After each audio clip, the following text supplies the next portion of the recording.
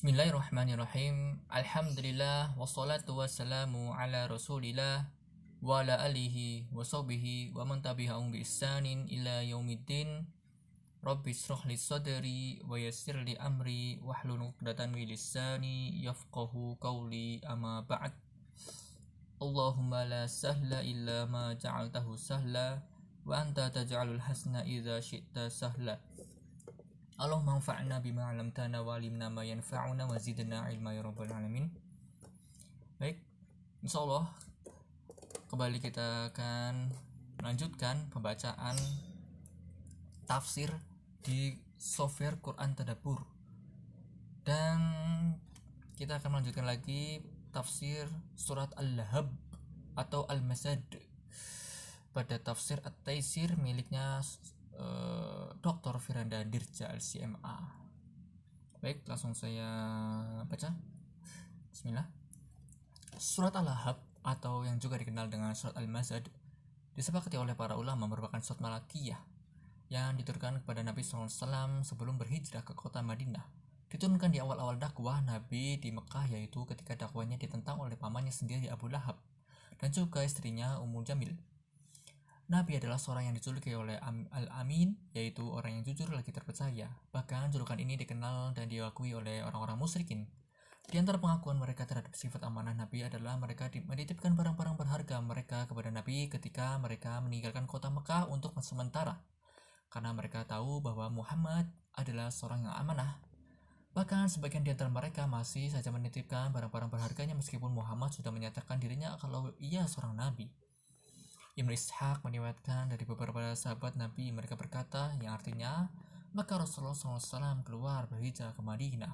Sementara Ali bin Abi Thalib radhiyallahu anhu tetap tinggal di Mekah selama 3 hari 3 malam sampai menyerahkan kembali harta titipan yang dititipkan orang-orang kepada Rasulullah SAW.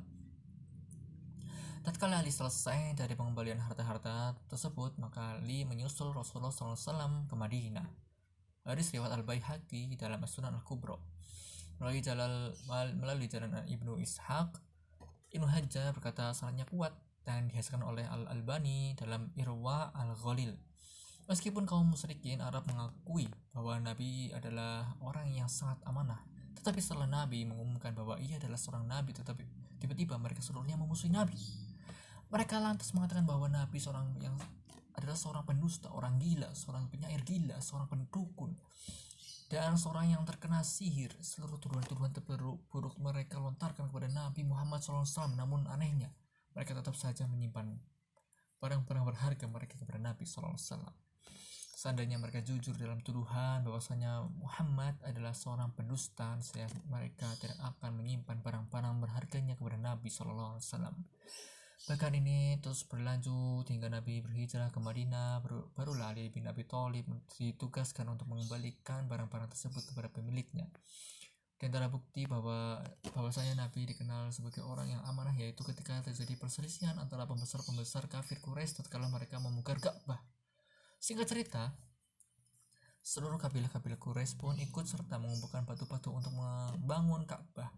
Masing-masing kabilah bertugas untuk membangun Ka'bah pada posisi tertentu, hingga ketika seluruh bagian Ka'bah telah selesai dibangun dan bersisa bagian Hajar Aswad, timbullah perselisihan di antara mereka.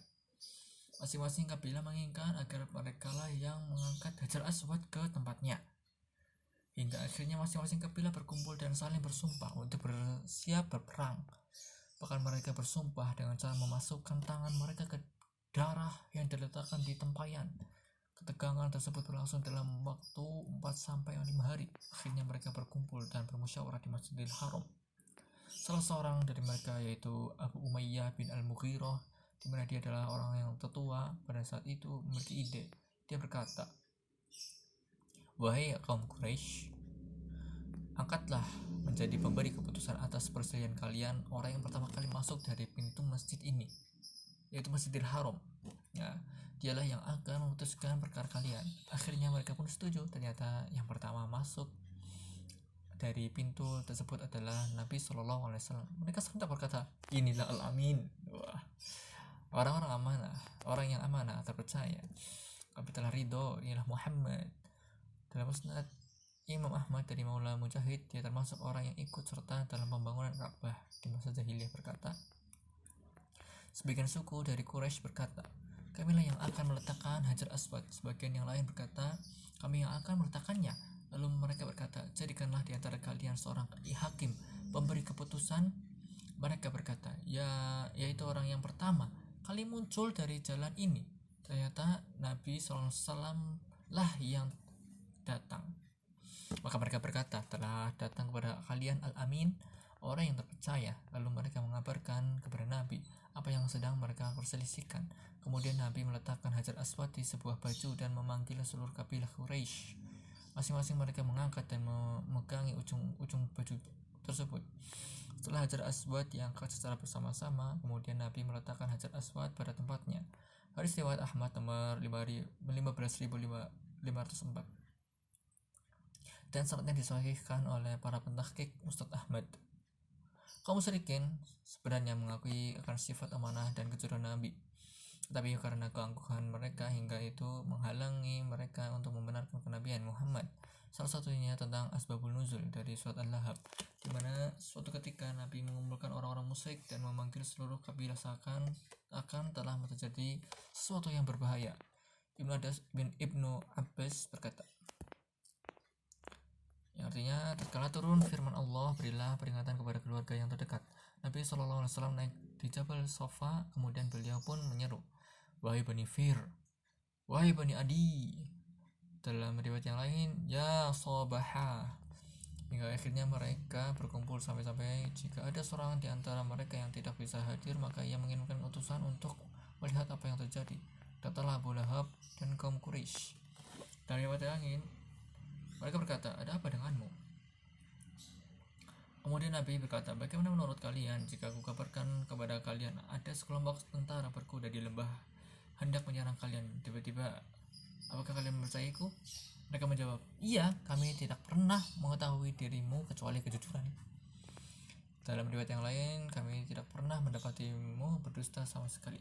Lalu Nabi berkata, jika demikian, sesungguhnya aku adalah seorang pemberi peringatan bagi kalian di hadapan siksa yang pedih. Maka Abu Lahab pun berkata, celaka kamu, Muhammad, sepenuh hari. Apakah hanya karena ini kamu mengumpulkan kami? Lantas turunlah firman Allah, binasalah kedua tangan Abu Lahab, dan sungguhnya dia akan binasa. Tidak berfaedah kepadanya harta bendanya dan apa yang ia usahakan. Quran Surat Masad ayat 1-2. Abu Lahab adalah paman Nabi dan merupakan saudara kandung dari ayah Nabi. Jika diperhatikan, di antara paman-paman Nabi yang 4, maka masing-masing memiliki sifat yang berbeda-beda. Abu Lahab memerangi dan memusuhi Nabi. Abu Thalib membela dakwah Nabi tetapi meninggal dalam keadaan musyrik. Hamzah bin Abu Thalib membela Nabi sejak awal Islam dan meninggal dalam perang Uhud. Abbas bin Abdul Thalib masuk Islam belakangan. Abu Lahab adalah satu-satunya paman Nabi yang memusuhi dakwah Nabi. Bahkan disebutkan dalam suatu riwayat, setiap kali Nabi selesai berdakwah maka muncul Abu Lahab untuk memprovokasi orang-orang yang didakwahi oleh Nabi. Dari Rabi'ah bin Ibad Adili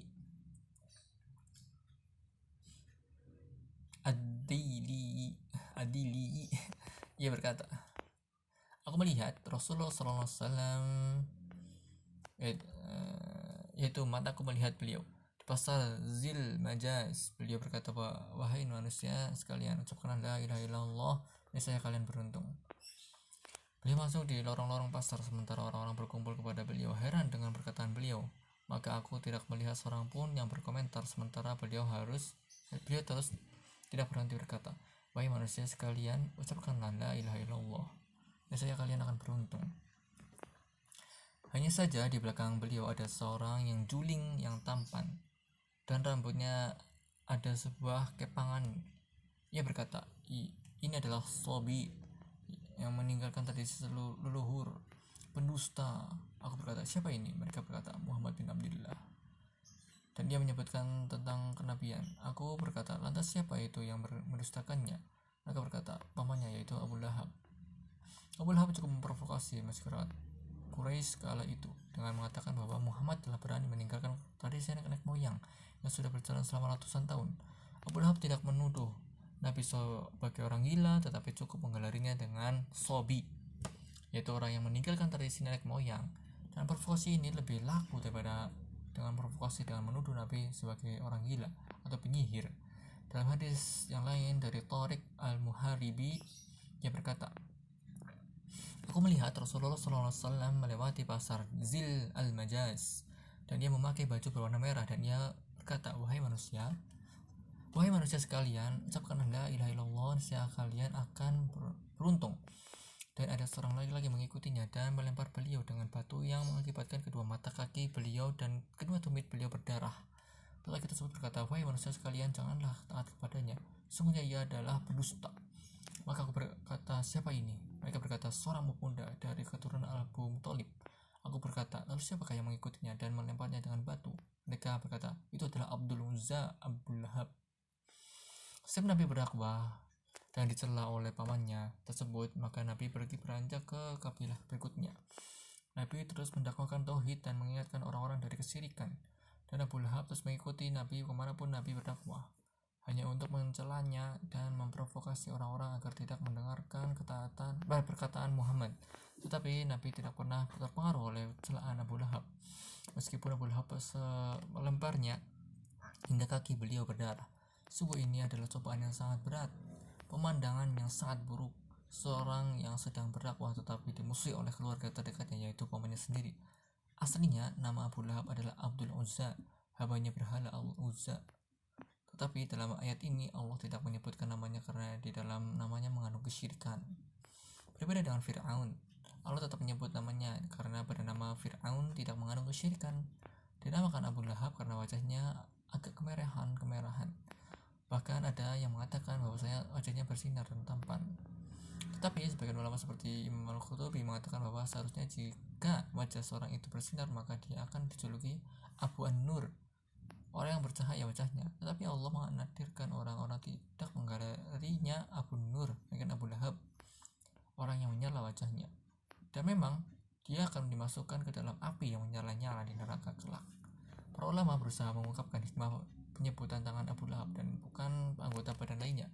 Sebagian ulama mengatakan bahwa kemungkinan ketika Abu Lahab memaki dan mencela Nabi, dia menunjuk-nunjuk dengan kedua tangannya, sehingga kedua tangannya lah yang pertama kali disebut oleh Allah. Sebagian ulama yang lain mengatakan bahwa penyebutan kedua tangan hanyalah perwakilan dari segala sesuatu. Apabila seorang hendak melakukan sesuatu, maka dia akan menggunakan kedua tangannya terlebih dahulu, sehingga yang binasa bukan hanya tangannya tetapi seluruh tubuhnya. Para ulama juga menafsirkan mengapa dalam ayat ini Allah menyebutkan binasa 2 kali untuk Abu Lahab. Sebagian menafsirkan bahwa ini adalah bentuk penekanan bahwasanya Abu Lahab sungguh sangat celaka sehingga disebutkan 2 kali. Sebagian ulama yang lain mengatakan bahwa tabat yang pertama adalah doa, yaitu semoga engkau celaka wahai Abu Lahab. Kemudian kata Allah wa tabba yang kedua adalah berita menjelaskan kenyataan bahwa ia benar celaka. Alhamdulillah, demikian adalah pembacaan dari tafsir At-Taisir pada surat Al-Lahab ayat 1.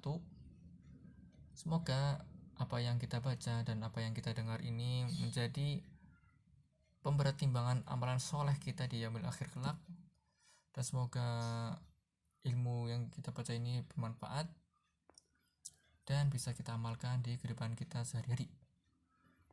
Demikian, kurang lebihnya saya mohon maaf.